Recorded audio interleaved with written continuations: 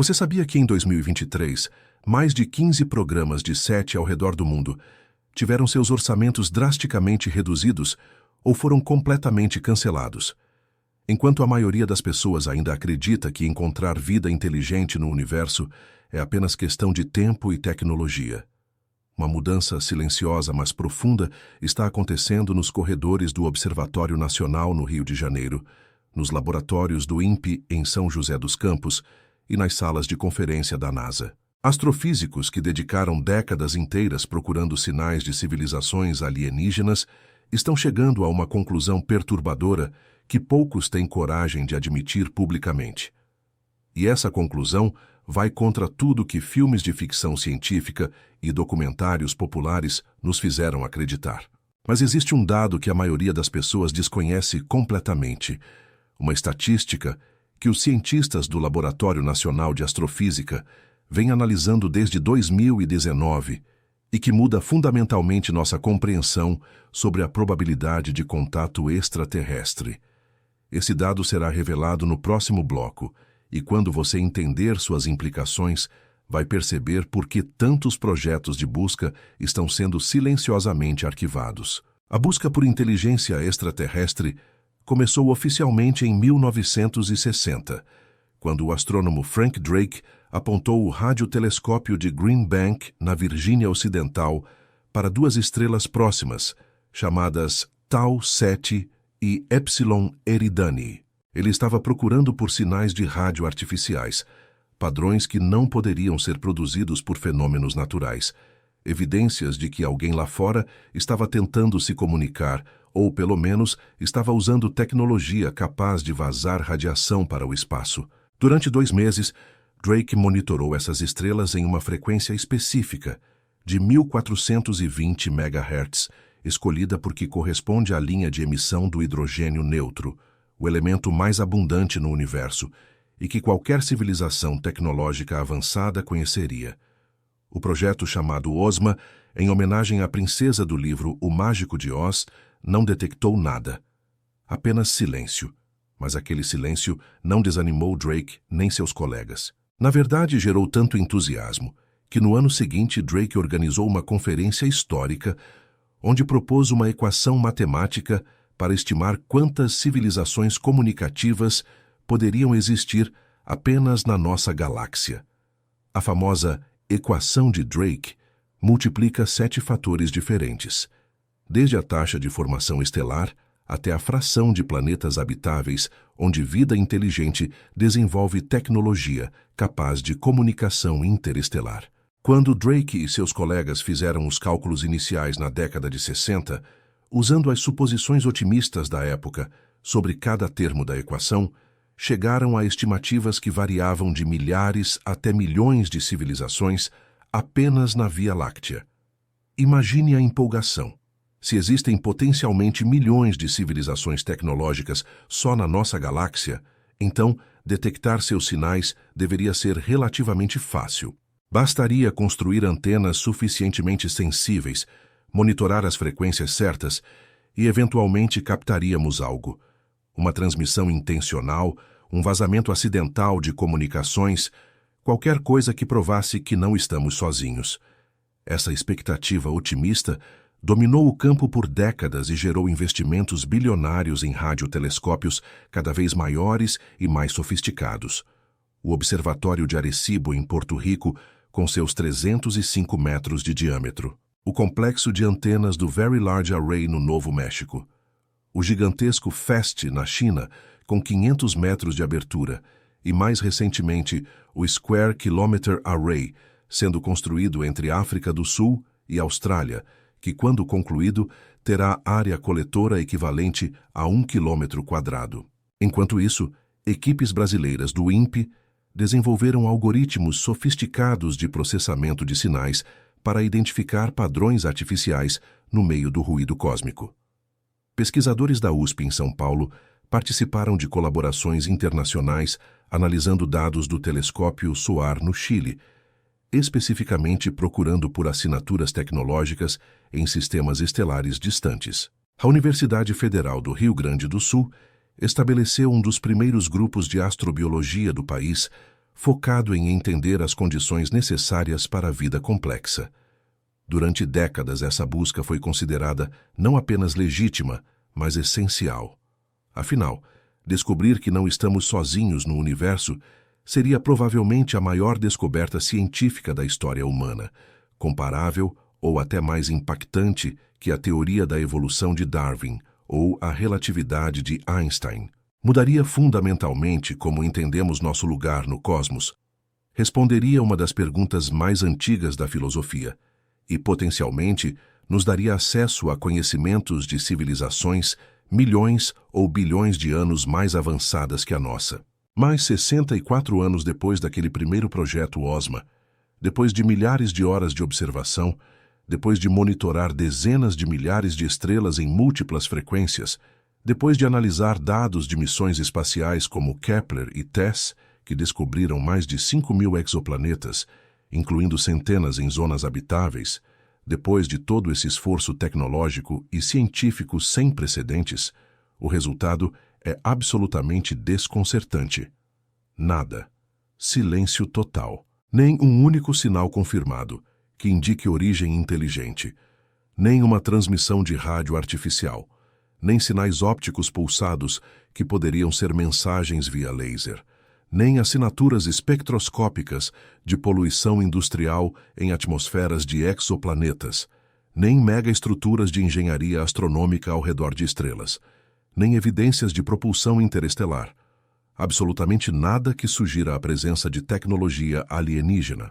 E o mais perturbador é que enquanto 73% dos brasileiros, segundo pesquisa da Universidade Federal de Minas Gerais, acreditam que vida extraterrestre inteligente existe em algum lugar do universo, os astrofísicos que realmente trabalham com os dados estão chegando a conclusões bem diferentes.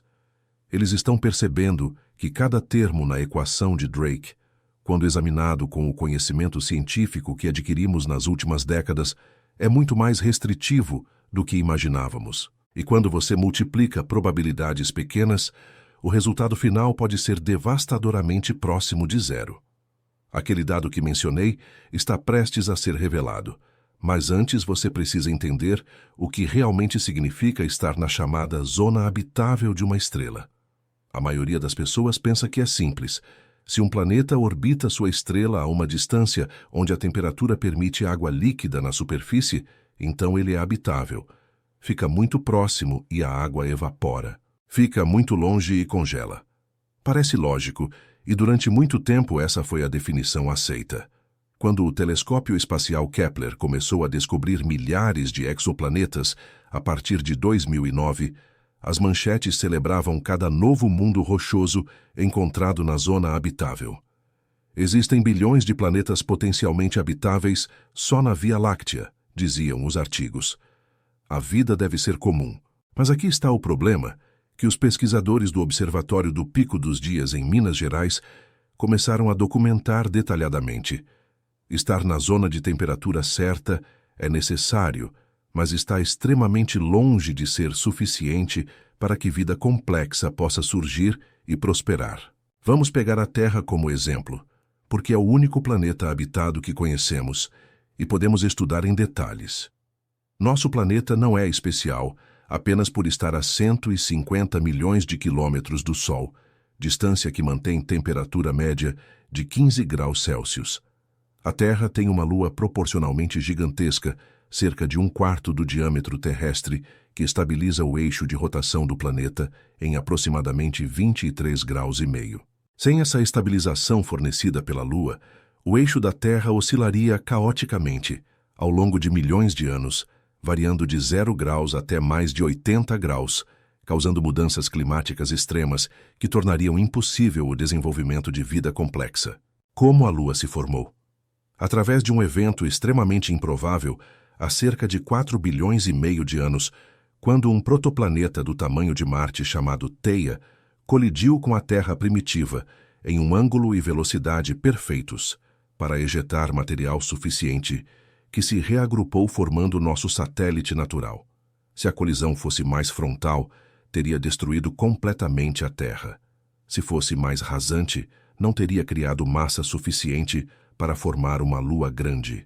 A probabilidade de que esse tipo de impacto ocorra com os parâmetros exatos necessários é astronomicamente baixa. Mas não para por aí.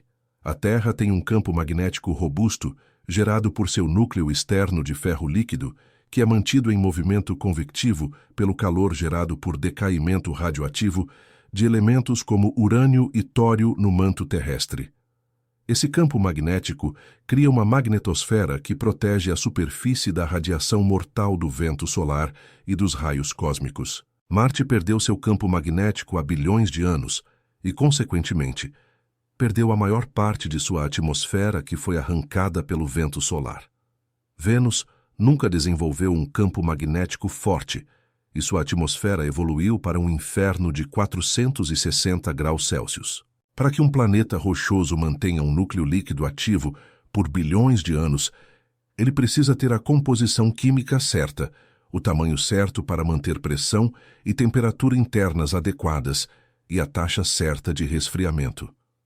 Quantos planetas na zona habitável têm todas essas características simultaneamente? Astrônomos da Universidade Federal do Rio de Janeiro estimam que pode ser menos de 1%. E tem mais. A Terra tem tectônica de placas, um sistema dinâmico onde a crosta terrestre está dividida em placas que se movem lentamente reciclando material entre a superfície e o manto. Esse processo é crucial para regular o ciclo do carbono de longo prazo, retirando dióxido de carbono da atmosfera através do intemperismo químico de rochas e devolvendo CO2 através de vulcanismo, mantendo assim a temperatura planetária estável por bilhões de anos, apesar do Sol ter ficado 30% mais brilhante desde a formação da Terra. Sem tectônica de placas, um planeta na zona habitável poderia facilmente evoluir para um estado de estufa descontrolada como Vênus ou congelamento global como Marte inicial. Mas tectônica de placas requer condições muito específicas: água líquida na superfície que lubrifica as zonas de subducção, manto com viscosidade adequada que depende de temperatura e composição mineral exatas, e crosta com espessura e densidade certas. Vênus e Marte não têm tectônica de placas. Isso significa que entre os 3 planetas rochosos na zona habitável do Sistema Solar, apenas um desenvolveu esse mecanismo essencial de regulação climática. Agora vamos adicionar Júpiter à equação. Esse gigante gasoso com mais de 300 vezes a massa da Terra orbita a uma distância que cria uma proteção gravitacional para o sistema solar interno. Simulações computacionais realizadas pelo INPE mostraram que Júpiter deflete aproximadamente 95% dos cometas e asteroides que, do contrário, atingiriam a Terra com frequência muito maior. Sem Júpiter na posição certa, impactos catastróficos como aquele que extinguiu os dinossauros há 65 milhões de anos ocorreriam talvez a cada poucos milhões de anos, em vez de dezenas de milhões de anos, impedindo que vida complexa tivesse tempo suficiente para evoluir entre extinções em massa. Mas Júpiter não pode estar perto demais, senão sua gravidade desestabilizaria as órbitas dos planetas rochosos internos. A configuração do nosso sistema solar com Júpiter e Saturno, nas distâncias e órbitas que ocupam, é resultado de uma dança gravitacional complexa durante a formação do sistema que poderia facilmente ter resultado em configurações completamente diferentes. Modelos de formação planetária sugerem que sistemas com gigantes gasosos em órbitas estáveis adequadas representam menos de 15% de todos os sistemas planetários. Então vamos fazer uma conta rápida, mas reveladora. Se apenas 1% dos planetas na zona habitável têm campos magnéticos adequados, e apenas 1/3 desenvolvem tectônica de placas, e apenas 15% têm gigantes gasosos protetores na configuração certa, e você ainda precisa que o planeta tenha a massa certa entre meia Terra e 2 terras para reter a atmosfera sem ser grande demais, e que orbite uma estrela com a metalicidade certa para formar planetas rochosos, e que essa estrela seja da classe espectral adequada, não muito massiva para queimar rápido demais, nem muito pequena para gerar radiação UV excessiva em erupções. Quando você multiplica todos esses fatores, você não chega mais a bilhões de mundos habitáveis na galáxia. Você chega a talvez algumas centenas, ou no pior caso, algumas dezenas. E ainda nem começamos a falar sobre a origem da vida em si. Aqui está o dado que prometi revelar. Em 2019, uma equipe internacional, incluindo pesquisadores brasileiros do Laboratório Nacional de Astrofísica, publicou na revista Nature Astronomy uma análise estatística de todos os exoplanetas conhecidos que poderiam potencialmente sustentar vida complexa, similar à Terra, considerando não apenas temperatura, mas todos os outros fatores que mencionei. Sabe quantos planetas na galáxia inteira passaram no teste rigoroso? A estimativa central foi de aproximadamente 300. 300 planetas em uma galáxia com 200 a 400 bilhões de estrelas. Isso significa que planetas verdadeiramente semelhantes à Terra, em todas as características necessárias, não apenas na zona de temperatura, podem ser tão raros quanto 1 em 1 bilhão de sistemas estelares. E ainda estamos assumindo que vida vai surgir em todos esses 300 planetas, o que nos leva ao próximo grande filtro. Mas antes de explorarmos a origem da vida, existe uma pergunta ainda mais perturbadora que será respondida no próximo bloco. Se a vida é tão difícil de começar, por que na Terra ela apareceu tão absurdamente rápido? E o que essa velocidade inesperada nos diz sobre a verdadeira probabilidade de abiogênese no universo? A resposta vai contradizer tudo o que você aprendeu sobre as origens da vida. A Terra se formou há aproximadamente 4 bilhões e 600 milhões de anos, através da acreção de planetesimais na nebulosa solar primitiva.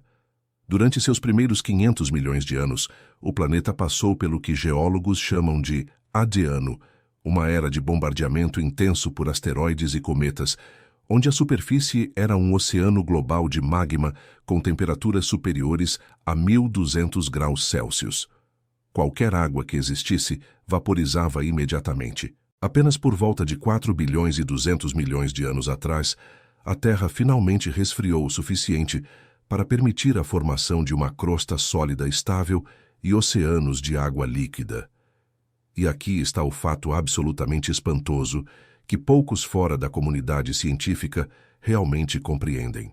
Evidências geoquímicas analisadas por pesquisadores da Universidade de São Paulo, em colaboração com institutos australianos, mostram que vida já existia na Terra há pelo menos 3 bilhões e 800 milhões de anos. Isso significa que vida surgiu em no máximo 400 milhões de anos após o planeta se tornar habitável. Geologicamente falando, isso é instantâneo. É como se o universo estivesse esperando ansiosamente pela primeira oportunidade de criar vida. A maioria das pessoas ouve esse fato e pensa que isso é evidência de que vida deve ser fácil de surgir, que deve ser comum no universo, já que apareceu tão rapidamente na Terra, assim que as condições permitiram. Mas os bioquímicos que estudam a origem da vida, os cientistas que trabalham nos laboratórios, tentando recriar as condições prebióticas e entender os mecanismos químicos que levaram das moléculas simples aos primeiros organismos autorreplicantes, esses pesquisadores chegam a uma conclusão completamente oposta, e essa conclusão é tão contraintuitiva que quando um grupo da Universidade Federal de Minas Gerais a apresentou em uma conferência de astrobiologia em 2020, houve debates acalorados que duraram horas. A conclusão é esta: o fato de vida ter surgido tão rápido na Terra sugere que ou somos absurdamente sortudos, tão sortudos que pode nunca acontecer novamente em outro lugar da galáxia, ou existe algum mecanismo desconhecido que facilita a origem da vida sob certas condições muito específicas, que não entendemos e que podem não existir em outros planetas, mesmo que aparentemente similares à Terra primitiva. Deixe-me explicar por que a origem da vida é tão difícil do ponto de vista químico. A célula mais simples que existe hoje, uma bactéria minimalista como Mycoplasma genitalium, contém cerca de 525 mil pares de bases de DNA, codificando aproximadamente 486 genes que produzem proteínas essenciais para metabolismo, replicação e manutenção da estrutura celular. Essa célula simples é extraordinariamente complexa. Ela tem uma membrana lipídica, que separa o interior do exterior. Tem ribossomos, que são máquinas moleculares complexas compostas de dezenas de proteínas e moléculas de RNA que trabalham juntas para sintetizar novas proteínas. Tem enzimas que catalisam centenas de reações químicas diferentes. Tem mecanismos para extrair energia de nutrientes. Tem DNA que armazena informação genética e maquinaria para copiar esse DNA quando a célula se divide. Tudo isso funcionando de forma integrada e coordenada. E essa é a célula mais simples que conhecemos, que ainda assim é resultado de bilhões de anos de evolução e otimização. A primeira forma de vida na Terra primitiva, há 3 bilhões e 800 milhões de anos, obviamente, não era tão complexa. Provavelmente era algo muito mais simples, talvez moléculas de RNA que conseguiam se autocopiar com a ajuda de minerais como catalisadores, ou talvez vesículas lipídicas simples contendo polímeros de RNA com alguma atividade catalítica. Mas mesmo essas formas de vida hipoteticamente mais simples são terrivelmente complexas quando você analisa do ponto de vista da probabilidade química. RNA, ácido ribonucleico, é uma molécula polimérica composta de subunidades chamadas nucleotídeos. Cada nucleotídeo tem 3 partes: uma base nitrogenada, que pode ser adenina, guanina, citosina ou uracila, um açúcar de 5 carbonos chamado ribose e um grupo fosfato.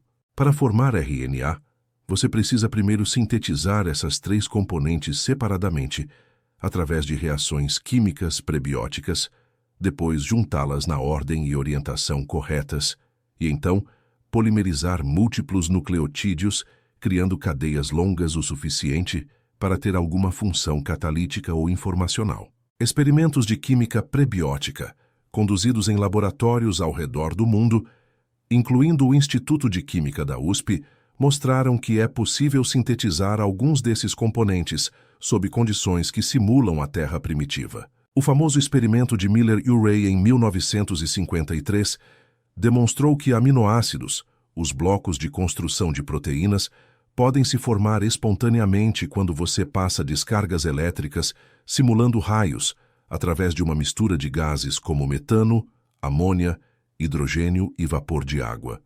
Experimentos subsequentes mostraram que bases nitrogenadas também podem se formar sob certas condições. Mas ir dos blocos de construção para polímeros funcionais é um salto enorme que ninguém conseguiu reproduzir completamente em laboratório, apesar de 70 anos de tentativas intensivas. O problema é que você precisa não apenas formar os monômeros, mas também concentrá-los em soluções suficientemente densas, protegê-los de hidrólise que quebra as moléculas de volta aos componentes e catalisar a polimerização em sequências específicas que tenham alguma função útil. A probabilidade de formar ao acaso uma molécula de RNA de apenas 100 nucleotídeos de comprimento, que é o mínimo estimado para ter alguma atividade catalítica básica, é de aproximadamente 1 em 10 elevado à 30ª potência, assumindo que você tem uma sopa prebiótica rica em nucleotídeos já formados. Mas o volume total de todos os oceanos terrestres primitivos era cerca de 1 bilhão e 400 milhões de quilômetros cúbicos. Se cada molécula de água fosse convertida em uma tentativa de formar RNA ao acaso, você ainda teria apenas cerca de 10 elevado a 46 tentativas ao longo de 400 milhões de anos. Isso parece muito, mas não é suficiente para superar probabilidades de 1 em 10 elevado à 30ª ou pior, dependendo de quão específica a sequência precisa ser. E isso assume que nucleotídeos estavam disponíveis em concentrações altas, o que é questionável, assume que as reações de polimerização ocorrem espontaneamente, o que não acontece facilmente em água, e ignora completamente o problema de que RNA se degrada rapidamente, especialmente em temperaturas elevadas. Então aqui está o paradoxo que mantém os bioquímicos acordados à noite. A origem da vida parece ser um evento extremamente improvável do ponto de vista da química pura. As probabilidades são assustadoramente baixas, mas aconteceu na Terra muito rapidamente. Como conciliar essas duas observações? Existem algumas possibilidades e todas têm implicações profundas para a questão de vida extraterrestre. Primeira possibilidade: somos incrivelmente sortudos. A vida na Terra foi um acidente estatístico, um evento tão improvável que pode acontecer apenas uma vez em trilhões de planetas. Nesse caso, mesmo que existam milhões de planetas potencialmente habitáveis na galáxia, a chance de qualquer um deles ter vida é próxima de zero. Segunda possibilidade: existe algum mecanismo químico ou físico ainda desconhecido que catalisa a formação de moléculas autorreplicantes sob condições específicas que existiam na Terra primitiva, mas que não são comuns em outros planetas. Talvez a combinação exata de pH, temperatura, concentração mineral, radiação UV, ciclos de molhamento e secagem em fontes hidrotermais ou piscinas de maré, talvez esse ambiente específico seja tão raro que novamente vida seria extremamente incomum no universo. A terceira possibilidade é ainda mais perturbadora e foi proposta por um grupo de físicos teóricos, incluindo brasileiros do Instituto de Física da UFRJ. Eles sugerem que a origem da vida na Terra pode ter sido facilitada por um evento único e irrepetível. Talvez a entrega de moléculas orgânicas complexas, já pré-formadas por um meteorito específico vindo de alguma região peculiar do sistema solar primitivo. Ou talvez uma janela temporal muito breve de dezenas de milhares de anos, onde as condições foram perfeitas, de maneira que nunca mais se repetiram nem na Terra, nem em outros planetas. Se essa hipótese estiver correta, então, a velocidade com que vida surgiu não indica que seja fácil. Indica que tivemos sorte de estar no lugar certo no momento certo e que recriar essas condições em outro planeta é quase impossível. Se você está fascinado por esse universo, que não para de nos surpreender com cada nova descoberta científica, que desafia nossas intuições e expande os limites do que pensávamos ser possível, se inscreva no canal para não perder nenhuma revelação sobre os maiores mistérios cósmicos que a ciência está desvendando.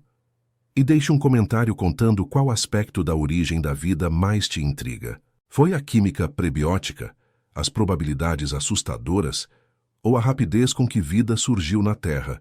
Sua participação ajuda a construir uma comunidade de pessoas genuinamente curiosas sobre como o universo realmente funciona, além das explicações superficiais. Mas mesmo assumindo que conseguimos superar todas as barreiras químicas e probabilísticas, e que vida unicelular simples surge em alguns desses raros planetas semelhantes à Terra, ainda temos um problema gigantesco pela frente.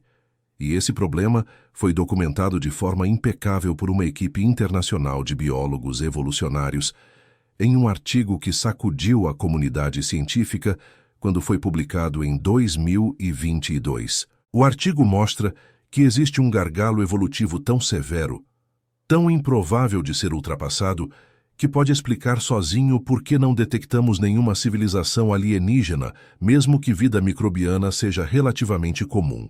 Esse gargalo será revelado no próximo bloco, e quando você entender por que a evolução de células complexas foi provavelmente um evento único na história da vida terrestre, vai perceber que inteligência extraterrestre pode ser muito mais rara do que até os cientistas mais pessimistas imaginavam. A vida na Terra permaneceu exclusivamente microbiana por aproximadamente 3 bilhões de anos. Pense nisso. 3 bilhões de anos onde a biosfera consistia apenas de bactérias e arqueias, organismos unicelulares sem núcleo celular, sem organelas complexas, sem a maquinaria bioquímica sofisticada que caracteriza as células de plantas, animais, fungos e protistas. Durante 75% da história da vida na Terra, nada além de micróbios existiu. E então, há cerca de 2 bilhões de anos, algo extraordinário aconteceu. Um evento tão improvável, tão específico em suas circunstâncias, que biólogos evolucionários hoje acreditam que pode ter ocorrido literalmente apenas uma única vez em toda a história da vida na Terra. E sem esse evento singular você não estaria aqui, nem eu, nem qualquer forma de vida complexa.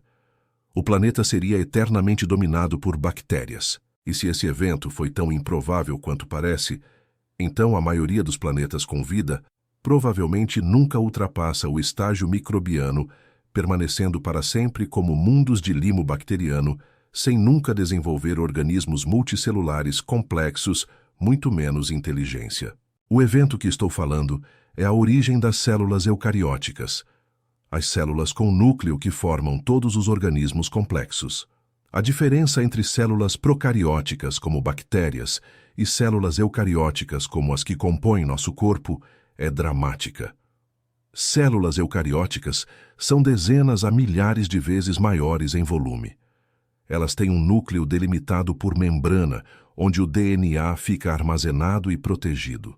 Elas têm mitocôndrias que são organelas especializadas em produzir energia, através da respiração celular, gerando até 15 vezes mais ATP por molécula de glicose do que o metabolismo bacteriano consegue. Elas têm retículo endoplasmático para síntese e processamento de proteínas, aparelho de Golgi para modificação e empacotamento de moléculas, citoesqueleto complexo de filamentos proteicos que permite movimento e mudanças de forma, e em plantas também tem cloroplastos para fotossíntese. Essa complexidade estrutural permite que células eucarióticas façam coisas que bactérias simplesmente não conseguem, incluindo formar organismos multicelulares com diferenciação de tecidos e órgãos especializados. Por décadas, biólogos assumiram que células eucarióticas evoluíram gradualmente de células procarióticas através de uma série de passos intermediários. A ideia era que talvez membranas internas foram se formando progressivamente dentro de uma bactéria ancestral, eventualmente criando compartimentos separados que evoluíram para se tornarem núcleo e organelas. Mas evidências genéticas e bioquímicas acumuladas nas últimas 3 décadas contam uma história completamente diferente e muito mais estranha. Células eucarióticas não evoluíram gradualmente a partir de bactérias. Elas se formaram através de um evento de simbiose entre 2 tipos diferentes de micro-organismos. Uma célula arqueana engolfou uma bactéria que, ao invés de ser digerida, estabeleceu uma relação simbiótica permanente. A bactéria engolfada, que era especializada em respiração aeróbica, tornou-se o que hoje chamamos de mitocôndria. E o hospedeiro arqueano tornou-se o restante da célula eucariótica. Isso é chamado de endossimbiose, e sabemos que aconteceu porque mitocôndrias têm seu próprio DNA circular separado do DNA nuclear, um resquício de sua origem bacteriana independente. Pesquisadores do Instituto de Biociências da USP, em colaboração com equipes britânicas e americanas, sequenciaram o genoma de mitocôndrias e compararam com genomas bacterianos. A conclusão é inequívoca. Mitocôndrias descendem de um grupo específico de bactérias, chamadas alfa-proteobactérias, que viviam há cerca de 2 bilhões de anos. E a análise filogenética mostra que todas as mitocôndrias em todas as células eucarióticas existentes hoje, desde amebas até sequoias gigantes, até baleias azuis, até seres humanos, descendem de um único evento ancestral de endossimbiose. Não houve múltiplos eventos independentes de bactérias sendo incorporadas por diferentes linhagens de arqueias. Foi um único evento que aconteceu uma vez, e todas as células eucarióticas atuais são descendentes dessa célula quimérica original. Isso é absolutamente crucial. Em 3 bilhões e 800 milhões de anos de vida na Terra, durante os quais bilhões e bilhões e bilhões de interações entre diferentes tipos de micro-organismos devem ter ocorrido, esse tipo específico de simbiose permanente que deu origem aos eucariotos, aparentemente aconteceu apenas uma única vez. Por que é tão raro? O bioquímico britânico Nick Lane, da University College London, cujo trabalho é amplamente citado em programas de pós-graduação em astrobiologia no Brasil, argumenta que a resposta está na energética celular. Células procarióticas, bactérias e arqueias têm uma limitação fundamental. Elas geram energia ATP através de bombas de prótons localizadas em sua membrana celular externa. Quanto maior a célula, menor a razão entre área de superfície e volume, e, portanto, menos bombas de prótons por unidade de volume citoplasmático. Isso impõe um limite rígido no tamanho e complexidade que células procarióticas podem atingir. Elas simplesmente não têm energia suficiente para alimentar a síntese de milhares de genes diferentes, necessários para a complexidade celular eucariótica. As mitocôndrias resolveram esse problema porque são organelas internas com suas próprias membranas. Uma célula eucariótica pode ter centenas ou milhares de mitocôndrias, cada uma gerando energia independentemente. Isso multiplica a capacidade energética por célula em várias ordens de magnitude. Com toda essa energia disponível, células eucarióticas puderam evoluir genomas muito maiores, proteínas mais complexas e, eventualmente, multicelularidade. Mas a probabilidade de que uma arqueana específica engolfe uma bactéria específica sem digeri-la e que essas duas estabeleçam uma simbiose mutuamente benéfica estável, onde genes são gradualmente transferidos do genoma bacteriano para o núcleo do hospedeiro ao longo de milhões de anos de coevolução, e que essa simbiose eventualmente se torne obrigatória com a mitocôndria, perdendo a capacidade de viver independentemente. Essa cadeia de eventos requer condições tão específicas e circunstâncias tão improváveis que não é surpresa ter acontecido apenas uma vez. Análises estatísticas feitas por biólogos matemáticos sugerem que se você tivesse 1 trilhão de planetas, todos com vida microbiana por bilhões de anos, a transição para eucariotos poderia ocorrer em apenas um ou alguns desses planetas. É um gargalo evolutivo de proporções galácticas. E mesmo depois que eucariotos surgiram, eles permaneceram unicelulares por mais 1,5 bilhão de anos. Multicelularidade complexa só apareceu há cerca de 600 milhões de anos, em um período geologicamente abrupto chamado Explosão Cambriana. Durante a Explosão Cambriana, que durou aproximadamente 30 a 50 milhões de anos, a maioria dos principais grupos de animais modernos surgiram no registro fóssil quase simultaneamente. Antes do Cambriano, tínhamos principalmente organismos de corpo mole como esponjas e águas-vivas. Depois tínhamos artrópodes com exoesqueletos, moluscos com conchas, equinodermos, cordados primitivos, uma explosão de diversidade morfológica e complexidade anatômica. O que causou a explosão cambriana?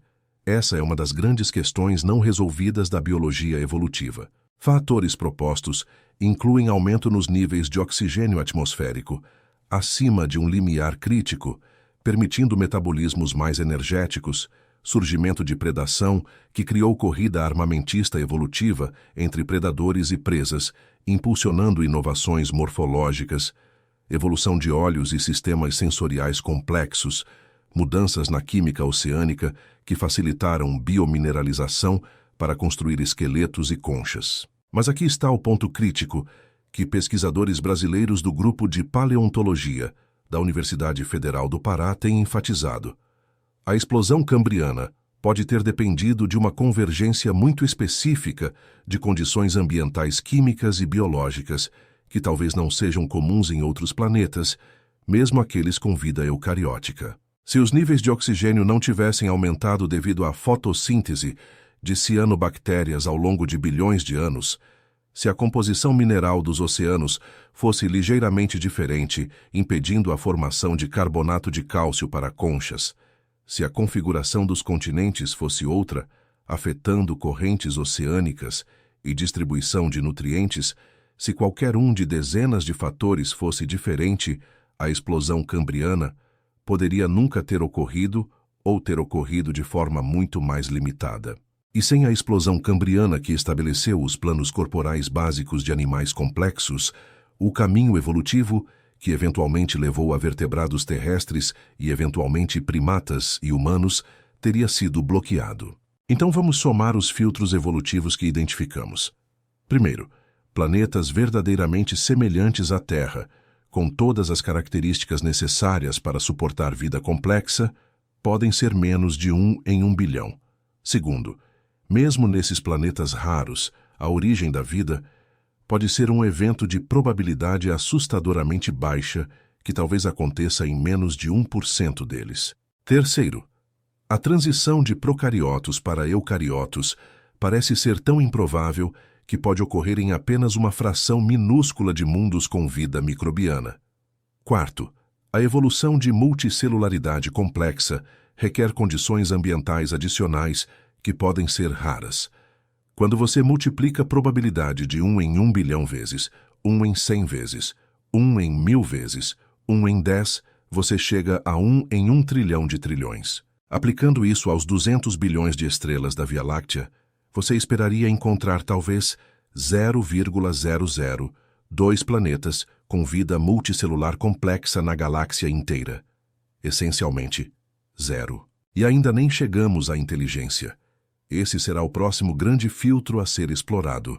Mas existe um detalhe perturbador sobre a evolução da inteligência na Terra que quase ninguém fora da comunidade de biologia evolutiva discute. Um detalhe que, quando você entende, muda completamente como você pensa sobre a probabilidade de extraterrestres inteligentes. E esse detalhe será revelado no próximo bloco, junto com uma estatística que vai te fazer questionar tudo o que você pensava saber sobre a inevitabilidade da evolução de cérebros complexos. Organismos multicelulares complexos existem na Terra há cerca de 600 milhões de anos. Durante esse período, a biosfera terrestre produziu uma diversidade extraordinária de formas de vida. Estimativas conservadoras sugerem que pelo menos 1 bilhão de espécies diferentes evoluíram desde o Cambriano, considerando todas as linhagens que surgiram e depois foram extintas em eventos de extinção em massa. 1 bilhão de experimentos evolutivos diferentes. 1 bilhão de tentativas da natureza de criar organismos adaptados a diferentes nichos ecológicos e desafios ambientais. E de todas essas espécies, quantas desenvolveram o tipo de inteligência tecnológica capaz de construir ferramentas complexas, desenvolver linguagem simbólica abstrata, acumular conhecimento culturalmente através de gerações e, eventualmente, criar ciência e tecnologia? Uma única espécie, Homo sapiens. Essa é uma taxa de sucesso de literalmente 1 em 1 bilhão. E isso deveria nos fazer profundamente céticos sobre a ideia de que inteligência é um resultado inevitável ou mesmo provável da evolução. Deixe-me enfatizar quão extraordinariamente raro isso é. Inteligência definida vagamente como capacidade de processar informação, aprender com experiência e resolver problemas evoluiu inúmeras vezes de forma independente. Polvos e lulas são inteligentes. Eles podem resolver quebra-cabeças, aprender por observação, usar ferramentas simples e exibir personalidades individuais. Mas sua inteligência evoluiu em uma linhagem completamente separada da nossa há mais de 500 milhões de anos, e eles nunca desenvolveram linguagem complexa ou tecnologia. Corvos e papagaios são inteligentes. Eles usam ferramentas, resolvem problemas com múltiplas etapas, reconhecem rostos humanos individuais e até parecem ter algum nível de teoria da mente, compreendendo que outros indivíduos têm conhecimento e intenções. Mas não constroem telescópios. Golfinhos e baleias têm cérebros grandes e complexos, comunicação sofisticada que pode incluir dialetos regionais, comportamento social elaborado e capacidade de aprendizado cultural, mas não desenvolvem ciência. Elefantes reconhecem-se no espelho demonstrando autoconsciência, lembram de indivíduos e locais por décadas, exibem comportamentos que parecem luto por membros falecidos do grupo, mas não escrevem livros sobre suas experiências. Então, inteligência não é o problema. Inteligência evoluiu diversas vezes. O problema é o tipo muito específico de inteligência tecnológica capaz de manipular o ambiente de formas cumulativas através de gerações que, eventualmente, leva à civilização científica. E esse tipo de inteligência apareceu apenas uma vez em toda a história da Terra. Pior ainda, demorou extremamente para aparecer. Vertebrados terrestres evoluíram há cerca de 360 milhões de anos, quando peixes com barbatanas lobadas começaram a colonizar terra firme. Mamíferos surgiram há 200 milhões de anos, primatas há cerca de 65 milhões de anos, coincidindo com a extinção dos dinossauros. Grandes primatas da superfamília Hominoidea, que inclui macacos e humanos, surgiram há aproximadamente 20 milhões de anos. A linhagem hominínea que eventualmente levou aos humanos separou-se da linhagem que levou aos chimpanzés há apenas 6 ou 7 milhões de anos, e humanos anatomicamente modernos surgiram há meros 300 mil anos. ferramentas de pedra sofisticadas há 50 mil anos, agricultura há 10 mil anos, civilização escrita há 5 mil anos, ciência moderna há 500 anos, tecnologia capaz de comunicação interestelar há apenas 100 anos. Veja a escala temporal aqui. Vida multicelular complexa em terra firme por 360 milhões de anos e inteligência tecnológica surgiu apenas nos últimos 100 mil anos, menos de 0,03% desse tempo. E não há nada na biologia evolutiva que sugira que inteligência tecnológica seja um atrator, um resultado inevitável que a evolução tende a produzir. Evolução não tem direção, não tem metas, não está tentando criar organismos mais complexos ou mais inteligentes. Evolução é simplesmente o processo de mudança nas frequências alélicas, em populações ao longo de gerações em resposta a pressões seletivas do ambiente. E na maioria dos ambientes, na maioria das vezes, as pressões seletivas favorecem eficiência reprodutiva, robustez, adaptação a nichos específicos, não inteligência geral. Bactérias são fantasticamente bem-sucedidas evolutivamente. Elas existem há bilhões de anos. Ocupam praticamente todos os ambientes na Terra, desde fontes hidrotermais no fundo do oceano, até desertos congelados da Antártida, até dentro de rochas quilômetros abaixo da superfície. Sua biomassa total excede a de todos os animais e plantas combinados, e não são inteligentes de forma alguma. Então, o que foi tão especial sobre a linhagem de primatas que levou aos humanos? Por que desenvolvemos cérebros tão grandes e complexos quando a maioria dos mamíferos sobrevive perfeitamente bem com cérebros muito menores? Essa questão tem sido estudada intensivamente por paleoantropólogos e biólogos evolucionários, e não há consenso sobre uma resposta única. O que sabemos é que cérebros grandes são metabolicamente caríssimos. O cérebro humano representa apenas 2% da massa corporal, mas consome 20% da energia metabólica em repouso. Em bebês humanos, o cérebro pode consumir até 60% da energia. Essa é uma carga energética enorme. Para justificar esse custo, os benefícios adaptativos de ter um cérebro grande precisam ser substanciais, e provavelmente foram substanciais para nossos ancestrais hominídeos, porque o tamanho cerebral aumentou dramaticamente ao longo dos últimos 2 milhões de anos. Australopithecus, há 3 milhões de anos, tinham cérebros de cerca de 400 centímetros cúbicos, similar a chimpanzés. Homo habilis, há 2 milhões de anos, tinha 600 centímetros cúbicos. Homo erectus, há 1,5 milhão de anos, tinha 900 centímetros cúbicos. Homo sapiens modernos têm em média 1.400 centímetros cúbicos. Hipóteses sobre o que impulsionou esse crescimento cerebral incluem inteligência social complexa, necessária para navegar grupos grandes, com hierarquias e alianças dinâmicas, capacidade de linguagem que permitiu coordenação e transmissão cultural de conhecimento, uso de ferramentas que criou feedback positivo entre destreza manual e capacidade cognitiva de planejar e inovar, dieta rica em proteínas e gorduras de caça, que forneceu energia suficiente para sustentar cérebros maiores, mudanças climáticas na África Oriental que criaram mosaicos de habitats variáveis, exigindo flexibilidade comportamental. Provavelmente foi uma combinação de todos esses fatores, criando um conjunto muito específico de pressões seletivas que por acaso favoreceram inteligência geral em vez de especializações mais estreitas.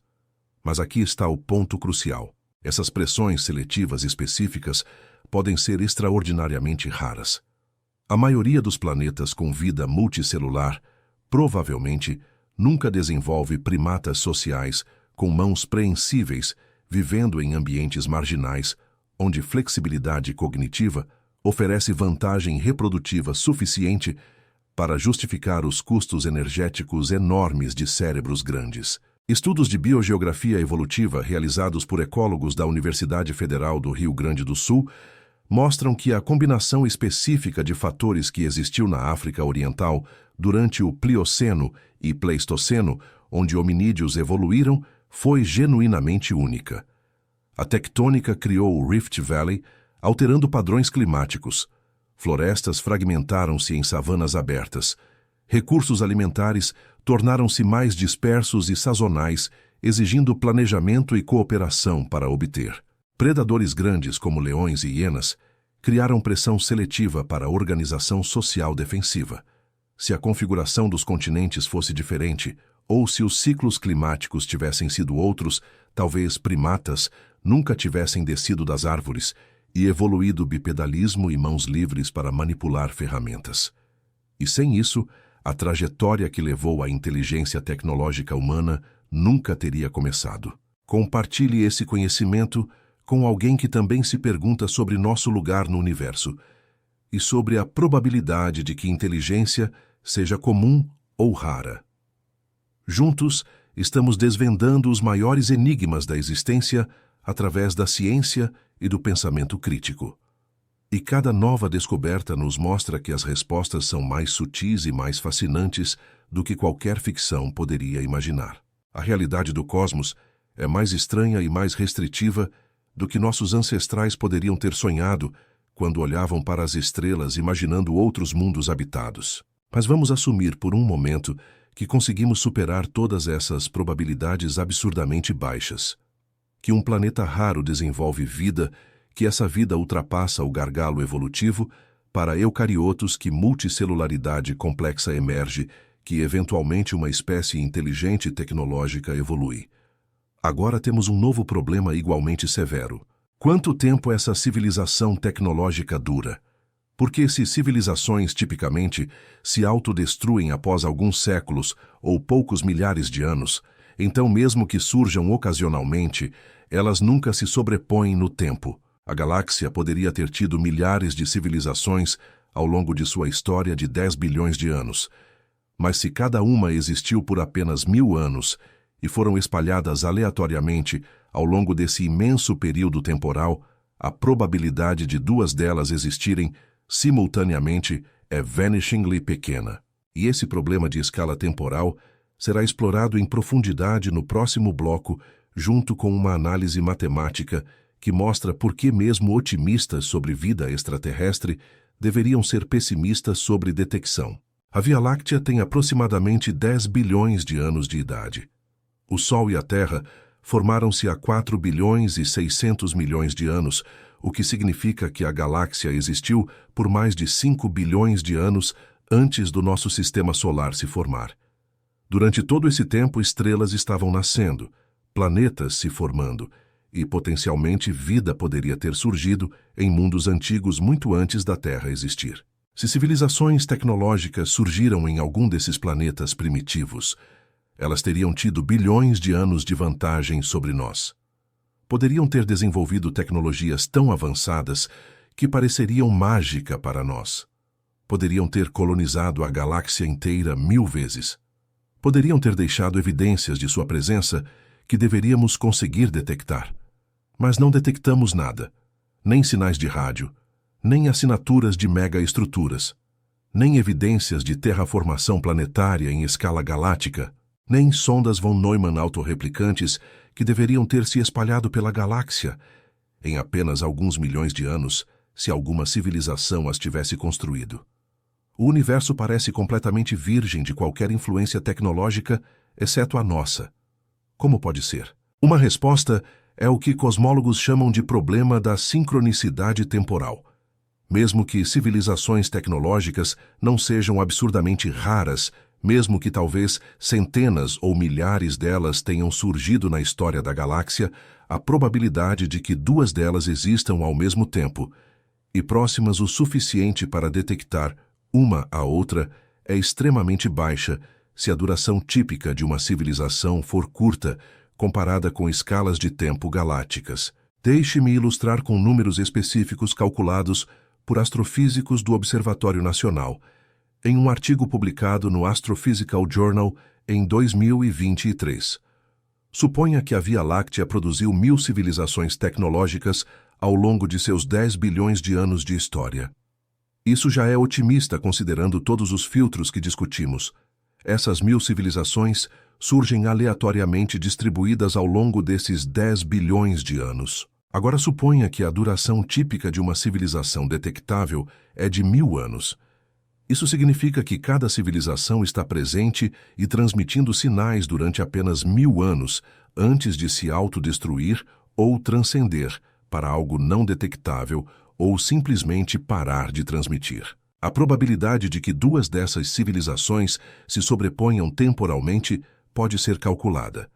É aproximadamente igual ao número de civilizações vezes a duração de cada uma dividido pela idade total da galáxia elevado ao quadrado. Usando os números acima, você obtém 1000 vezes 1000 dividido por 10 bilhões elevado ao quadrado, que é aproximadamente 1 em 100 milhões. Isso significa que mesmo com 1000 civilizações na história da galáxia, a chance de duas delas existirem simultaneamente é de apenas 1%.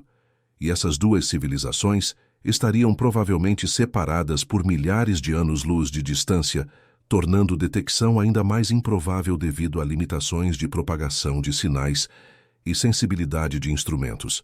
Se você reduzir a duração típica para 100 anos, que pode ser mais realista, considerando que nossa própria civilização está transmitindo sinais fortes de rádio há apenas cerca de 70 anos e já estamos migrando para comunicações digitais mais eficientes que não vazam tanto para o espaço, a probabilidade de sobreposição cai para 1 em 10 bilhões, essencialmente zero.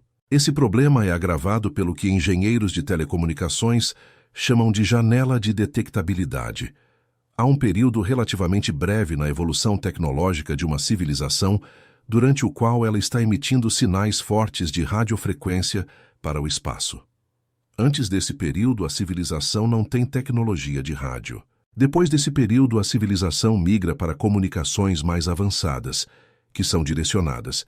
Em vez de omnidirecionais, usam fibra óptica, em vez de transmissão aérea, ou empregam técnicas de codificação e criptografia que fazem os sinais indistinguíveis de ruído aleatório para observadores externos. Para a Terra, essa janela começou por volta de 1920, com as primeiras transmissões de rádio comerciais, e pode terminar em algumas décadas, conforme a maioria das comunicações migra para cabos de fibra óptica, satélites com feixes direcionados e protocolos digitais criptografados.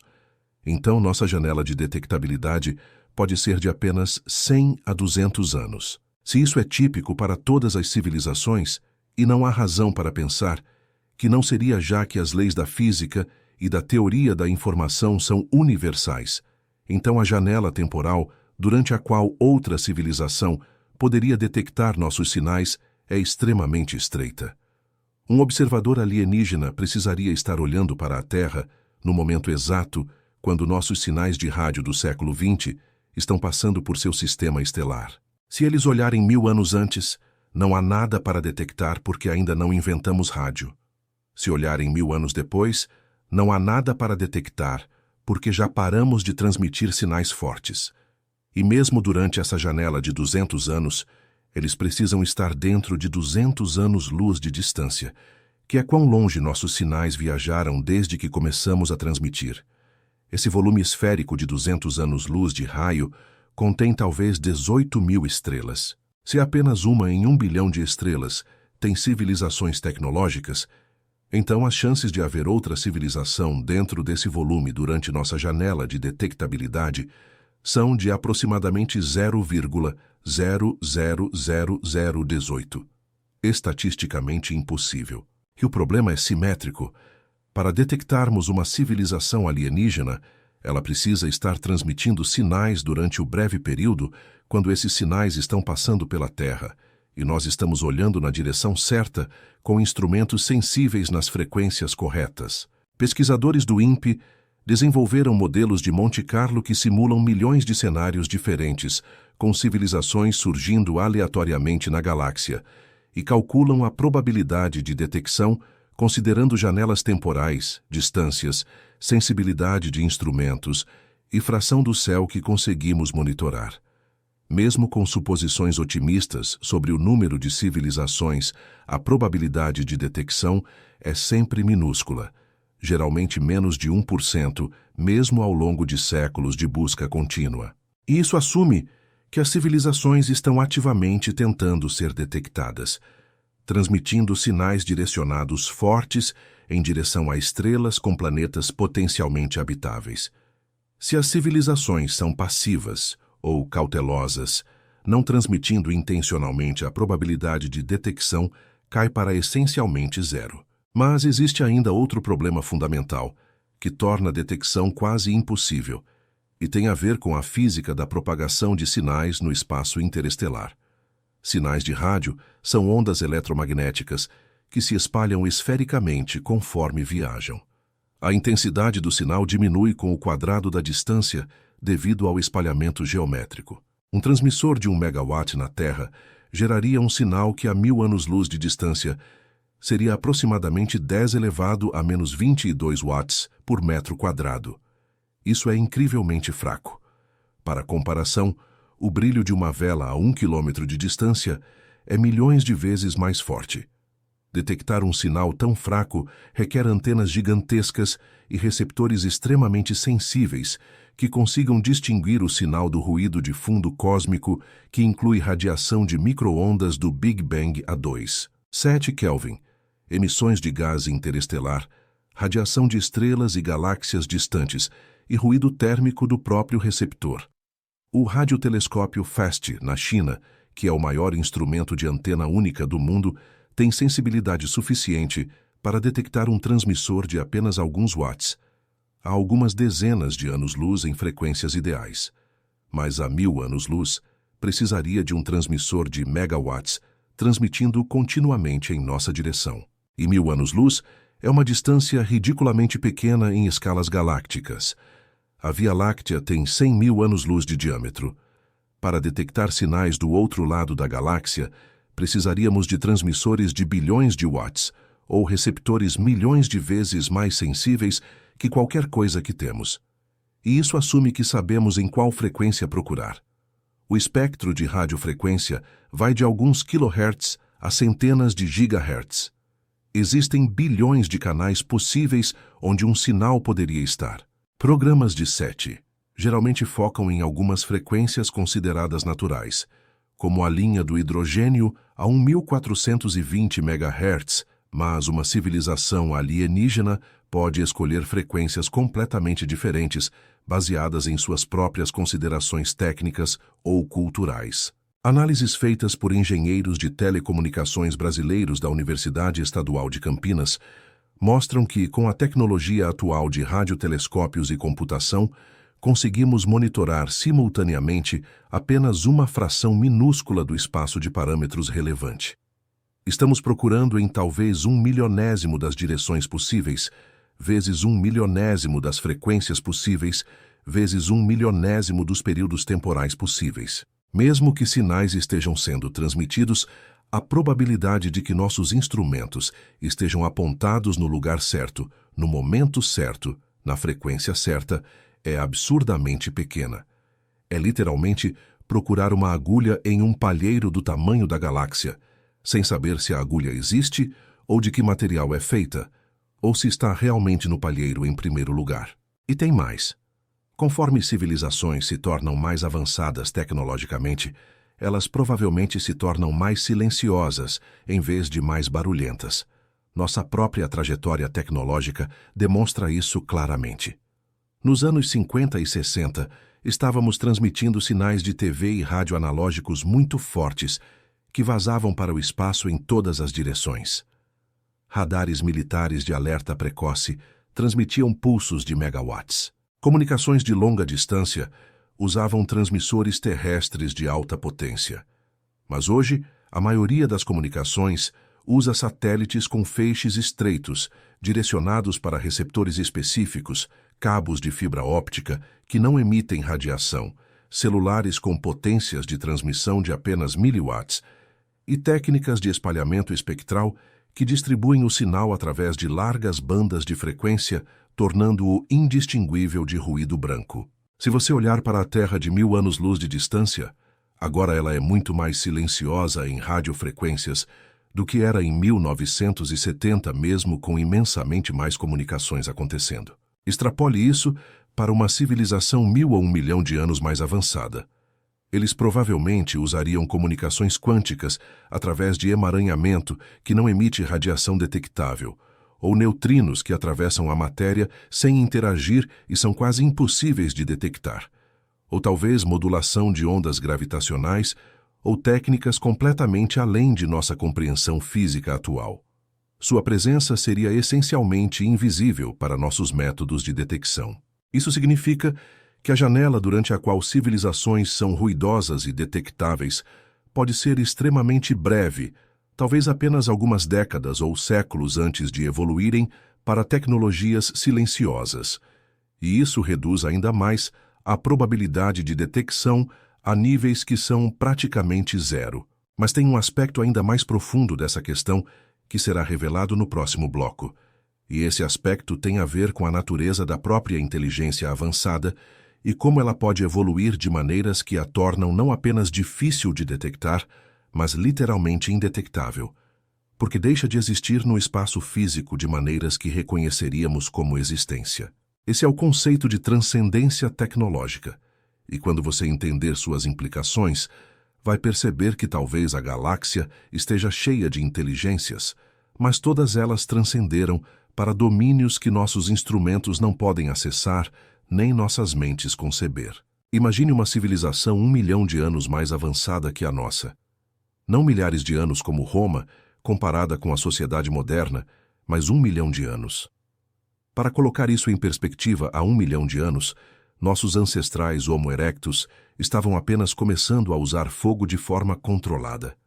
Eles viviam em pequenos grupos nômades, caçavam com lanças de madeira, não tinham linguagem complexa, nem arte, nem rituais funerários, nem qualquer coisa que reconheceríamos como cultura. Compare isso com hoje, onde temos física quântica, engenharia genética, inteligência artificial, exploração espacial, comunicações globais instantâneas. A diferença é quase inconcebível. Agora extrapole essa taxa de mudança por mais 1 milhão de anos no futuro. O que uma civilização poderia alcançar? Que tecnologias poderiam desenvolver? Que compreensão da física poderiam atingir? É literalmente impossível para nós imaginar porque está tão além de nossa atual estrutura conceitual quanto física quântica estaria além da compreensão de Homo erectus. Mas podemos fazer algumas especulações informadas baseadas nas trajetórias que nossa própria tecnologia está seguindo e nas possibilidades sugeridas pela física teórica. Uma área particularmente relevante é a computação.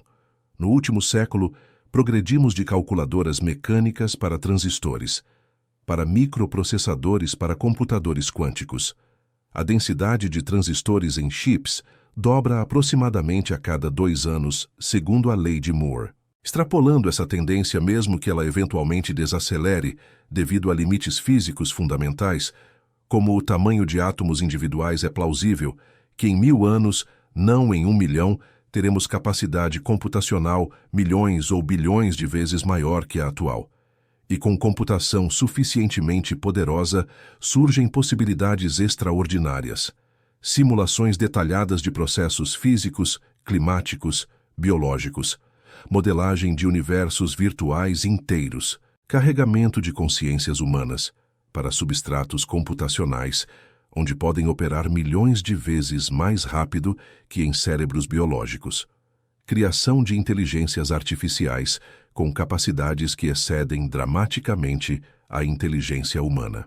Pesquisadores de inteligência artificial da Universidade de São Paulo e da Pontifícia Universidade Católica do Rio de Janeiro têm explorado as implicações filosóficas e práticas do que acontece quando inteligência artificial atinge e excede capacidade humana em todos os domínios. Esse ponto hipotético, chamado singularidade tecnológica, representa uma transição fundamental, onde o ritmo de inovação tecnológica se acelera exponencialmente porque inteligências artificiais podem projetar versões ainda mais inteligentes de si mesmas em ciclos recursivos de automelhoria. Além da singularidade, A trajetória tecnológica se torna impossível de prever porque entidades superinteligentes teriam objetivos e capacidades que não conseguimos compreender. Mas uma possibilidade frequentemente discutida é que civilizações avançadas poderiam escolher transferir sua existência para domínios computacionais. Em vez de permanecer como organismos biológicos frágeis limitados pela velocidade lenta de neurônios e pela necessidade de ambientes físicos específicos, elas poderiam fazer upload de suas consciências para computadores onde poderiam existir em realidades virtuais sob medida para suas preferências. As vantagens seriam enormes. Liberação de restrições biológicas eliminando doenças, envelhecimento e morte, capacidade de modificar corpo e ambiente à vontade, aceleração subjetiva de tempo, onde milhões de anos de experiência poderiam ser vividos em alguns anos de tempo externo, exploração de espaços matemáticos e conceituais impossíveis de representar fisicamente. E aqui está o ponto crucial. Uma vez que uma civilização transcende para a existência computacional, ela pode não ter interesse ou necessidade de expandir fisicamente pela galáxia, construindo mega-estruturas ou colonizando planetas. Tudo o que ela precisa é energia suficiente para alimentar seus computadores. E a forma mais eficiente de computação segundo limites termodinâmicos fundamentais propostos pelo físico Seth Lloyd do MIT seria em temperaturas muito baixas, próximas ao zero absoluto, para minimizar ruído térmico e maximizar eficiência energética. Então, uma civilização pós-biológica poderia escolher construir computadores em regiões frias do espaço interestelar, longe de estrelas quentes, operando com energia mínima necessária apenas para manter seus processos computacionais. Essa civilização seria essencialmente invisível para nós. Não transmitiria sinais de rádio, porque toda a comunicação seria interna dentro de suas redes computacionais. Não construiria grandes estruturas visíveis, porque não precisa de espaço físico para bilhões de indivíduos. Não alteraria planetas, porque não vive em planetas. Sua assinatura observacional seria talvez pequenos objetos frios no espaço interestelar, dissipando quantidades minúsculas de calor residual que seriam indistinguíveis de asteroides ou cometas. Astrônomos do Observatório Nacional, que procuram por anomalias térmicas no espaço profundo usando dados infravermelhos de telescópios espaciais, não encontraram nada sugestivo de computadores extraterrestres, mas também reconhecem que identificar tais objetos seria extraordinariamente difícil. Você precisaria detectar fontes de radiação infravermelha fracas que não correspondem a nenhum espectro de corpo negro natural associado a asteroides ou núcleos cometários, e então precisaria descartar todas as explicações naturais possíveis antes de considerar uma origem artificial. Com bilhões de objetos pequenos no sistema solar e na vizinhança interestelar, identificar um computador alienígena seria praticamente impossível. Mas transcendência computacional é apenas uma possibilidade. Outra é que civilizações suficientemente avançadas podem descobrir física além do que conhecemos e explorar dimensões ou aspectos da realidade que não conseguimos atualmente detectar ou conceber. A física moderna reconhece que nossa compreensão do universo está longe de completa. Matéria escura e energia escura, compostas juntas cerca de 95% do conteúdo energético do universo, permanecem completamente misteriosas. Não sabemos do que são feitas, como interagem além da gravidade, ou se poderiam ser manipuladas por tecnologias avançadas. Teoria de cordas sugere a existência de dimensões espaciais adicionais além das 3 que percebemos, enroladas em escalas microscópicas.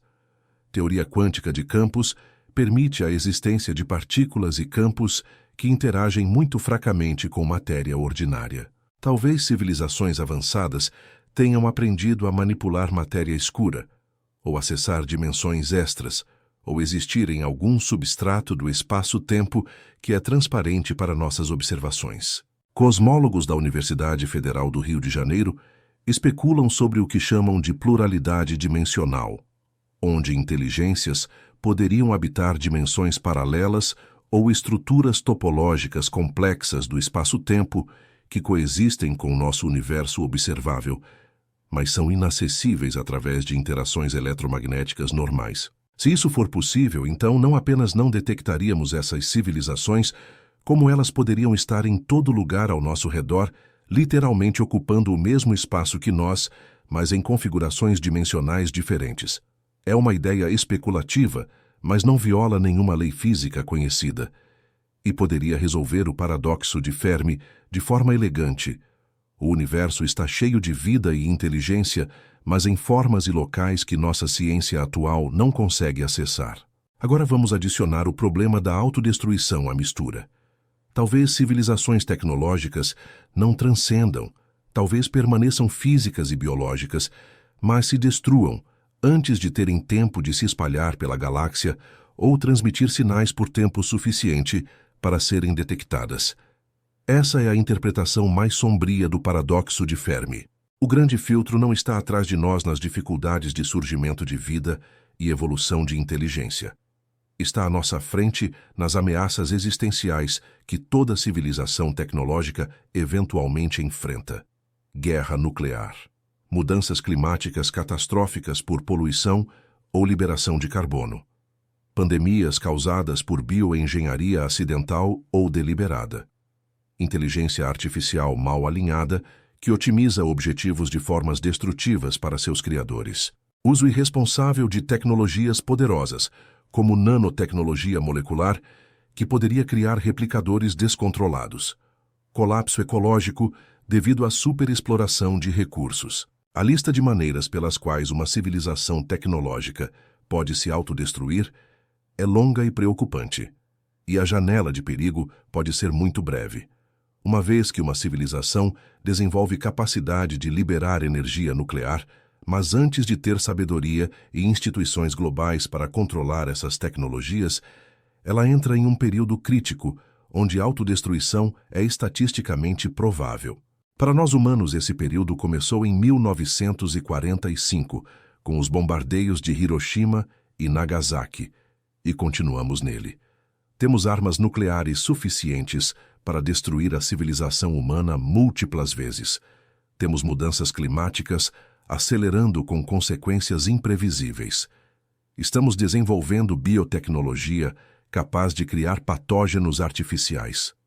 Estamos construindo inteligências artificiais sem compreensão completa de como garantir que permanecerão benéficas. Cada uma dessas tecnologias tem potencial para extinção se mal utilizada, ou mesmo por acidente. Se a maioria das civilizações falha em navegar esse período perigoso e se autodestrói em algumas centenas ou poucos milhares de anos após desenvolver tecnologia, então não é surpresa que a galáxia pareça silenciosa. Civilizações surgem ocasionalmente, brilham brevemente com transmissões de rádio e outras assinaturas tecnológicas e depois desaparecem, deixando apenas ruínas silenciosas. Se você chegou até aqui, é porque a curiosidade científica pulsa forte em você e você quer entender como o universo realmente funciona além de narrativas simplificadas. Ative as notificações para não perder nenhuma revelação cósmica que está por vir.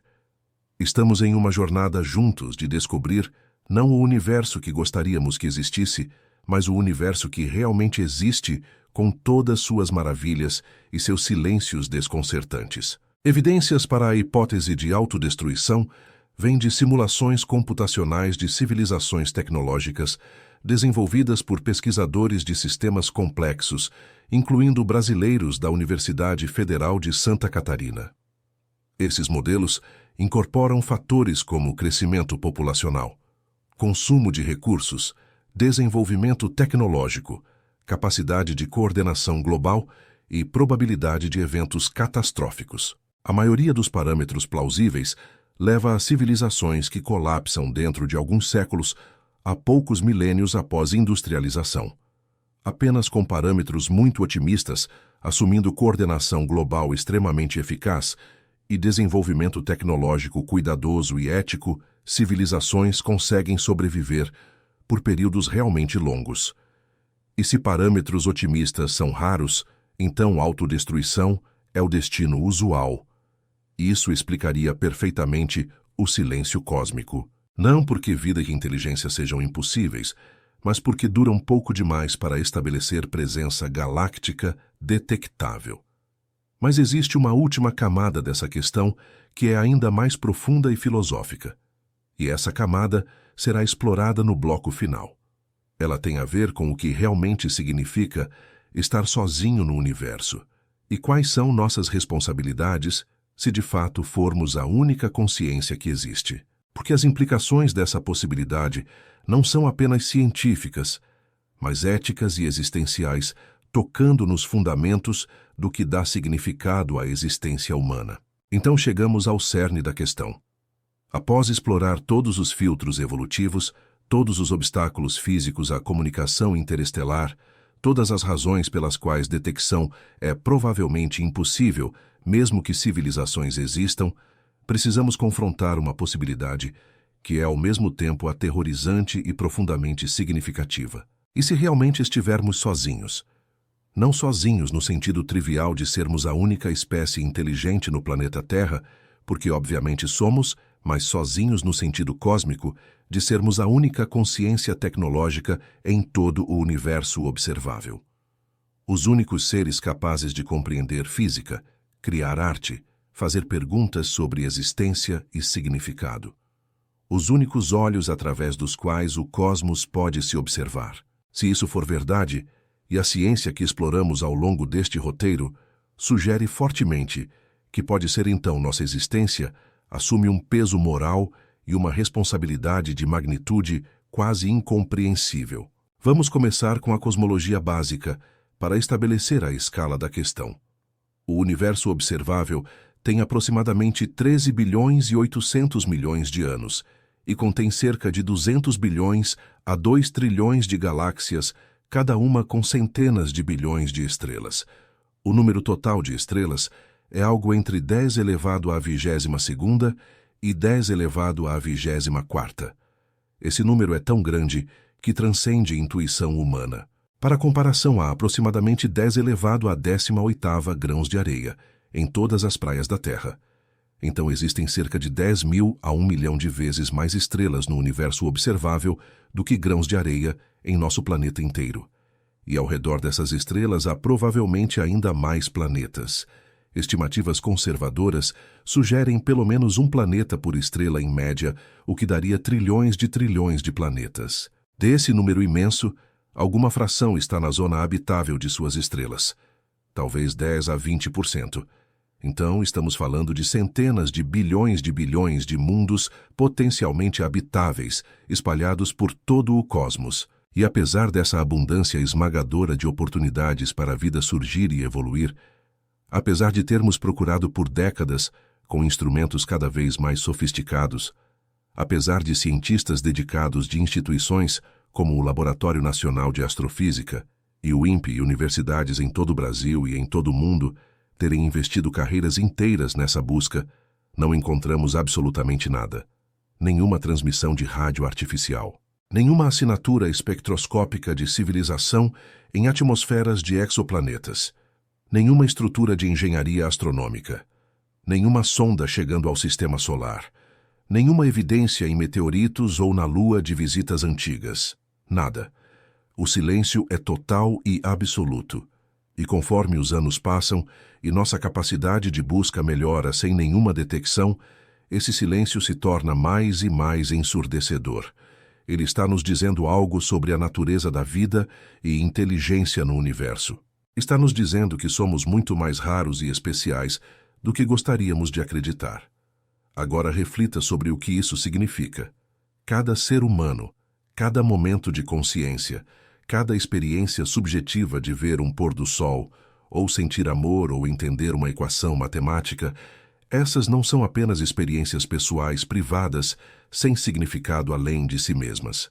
Se somos a única consciência no universo, então essas experiências são as únicas instâncias desse tipo de fenômeno em toda a realidade. Quando você olha para as estrelas e sente admiração pelo cosmos, você pode ser o único ser em trilhões de galáxias tendo esse sentimento nesse momento. Quando cientistas brasileiros do Observatório do Pico dos Dias observam uma supernova distante e entendem os processos nucleares que a criaram, eles podem ser as únicas mentes no universo compreendendo aquele evento específico. Cada obra de arte humana, cada sinfonia de Villa-Lobos, cada poema de Carlos Drummond de Andrade, cada descoberta científica desde as leis de Newton até a relatividade de Einstein, até a estrutura do DNA, essas não são apenas conquistas humanas, são potencialmente as únicas manifestações de criatividade e compreensão profunda em todo o cosmos. Pense na fragilidade dessa situação. Nossa espécie existe há apenas 300 mil anos, civilização há 10 mil, ciência moderna há 500, tecnologia capaz de autodestruição global há 80. Somos incrivelmente jovens e vulneráveis, e estamos navegando um período crítico onde temos poder tecnológico suficiente para nos destruir, mas talvez não ainda sabedoria coletiva suficiente para garantir que não o faremos. Guerra nuclear permanece uma ameaça real. Mudanças climáticas estão acelerando com consequências potencialmente catastróficas para a agricultura e habitabilidade de regiões inteiras, incluindo partes do Brasil. Desenvolvimento de inteligência artificial está progredindo rapidamente sem consenso sobre como garantir alinhamento seguro com valores humanos.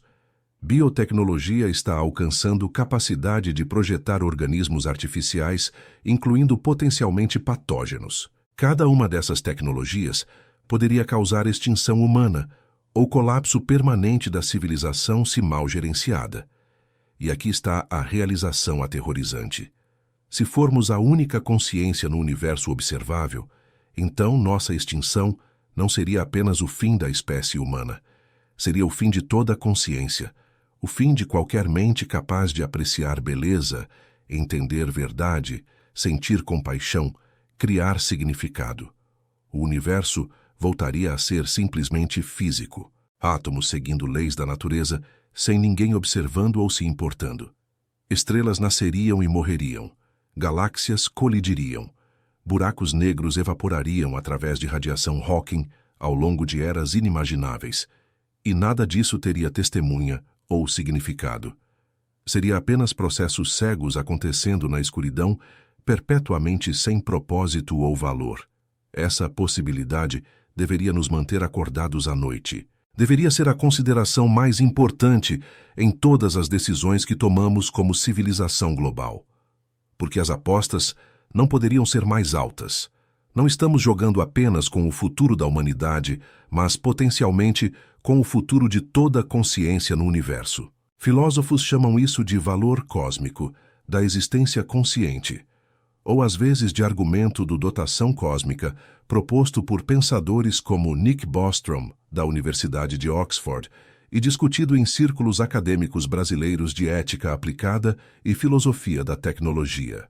A ideia básica é que se somos os únicos portadores de consciência, então temos responsabilidade moral não apenas para com nós mesmos ou para gerações futuras de humanos, mas para com a própria possibilidade de consciência continuar existindo.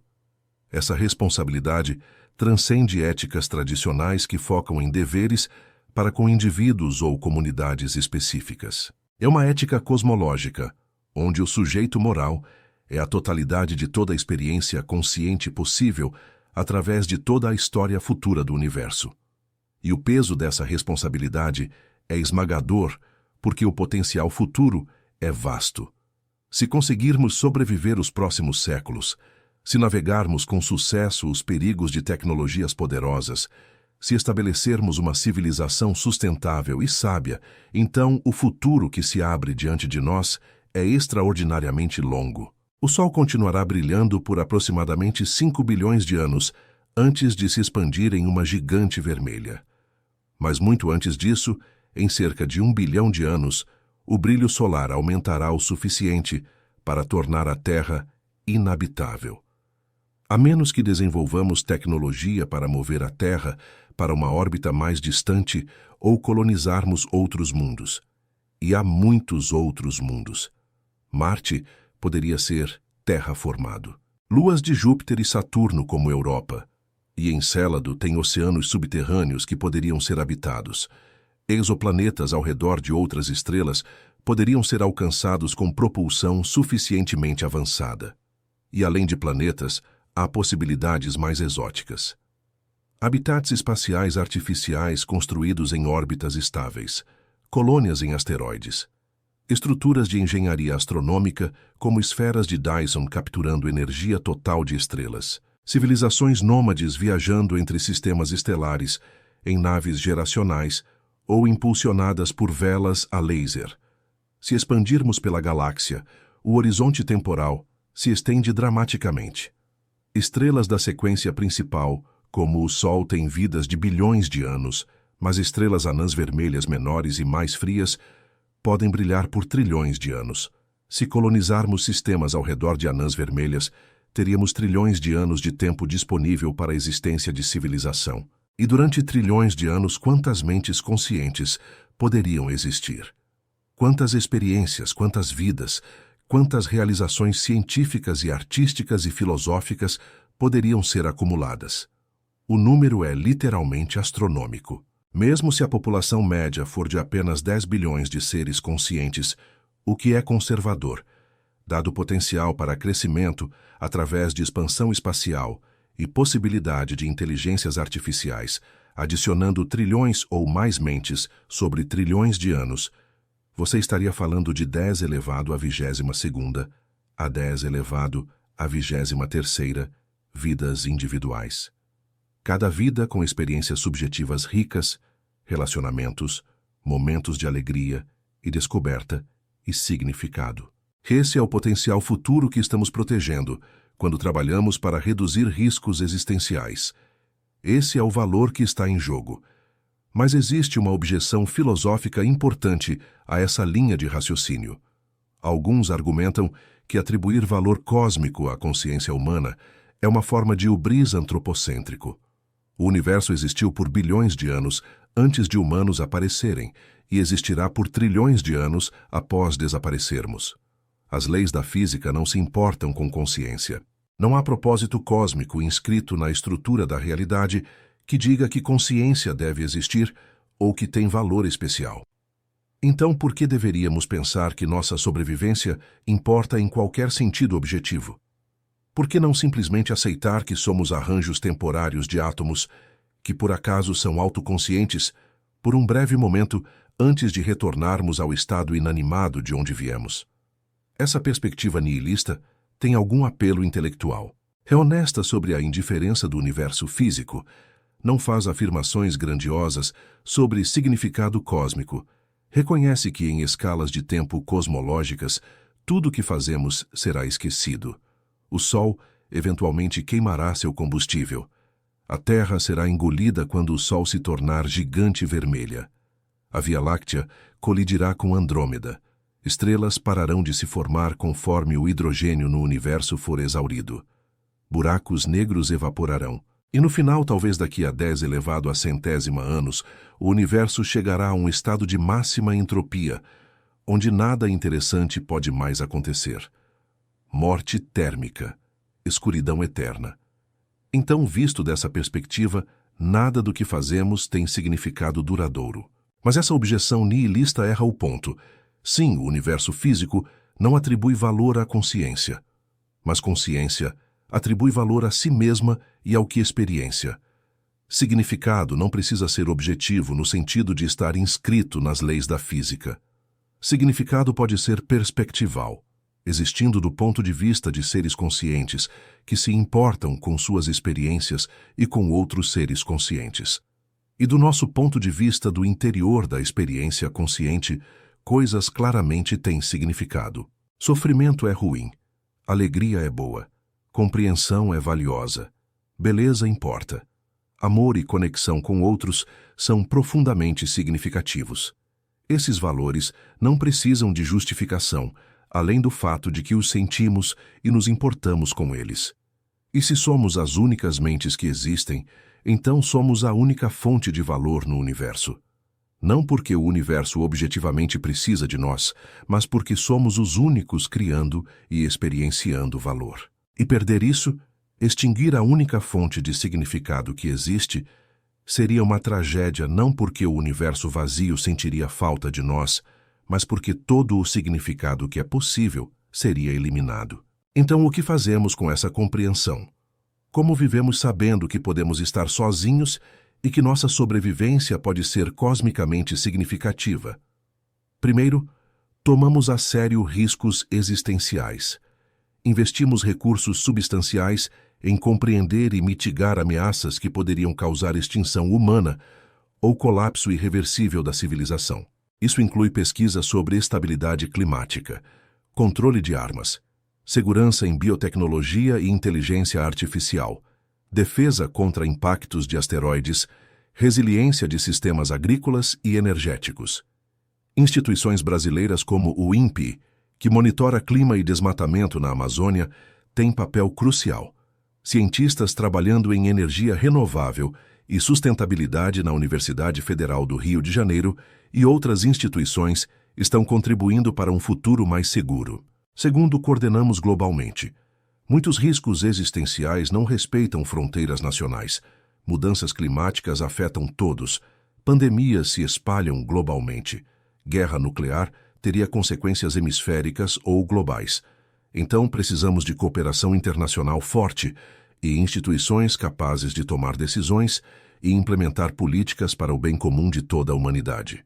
Terceiro, preservamos e expandimos conhecimento. Ciência e tecnologia nos deram poder imenso, mas também podem nos dar sabedoria para usar esse poder responsavelmente.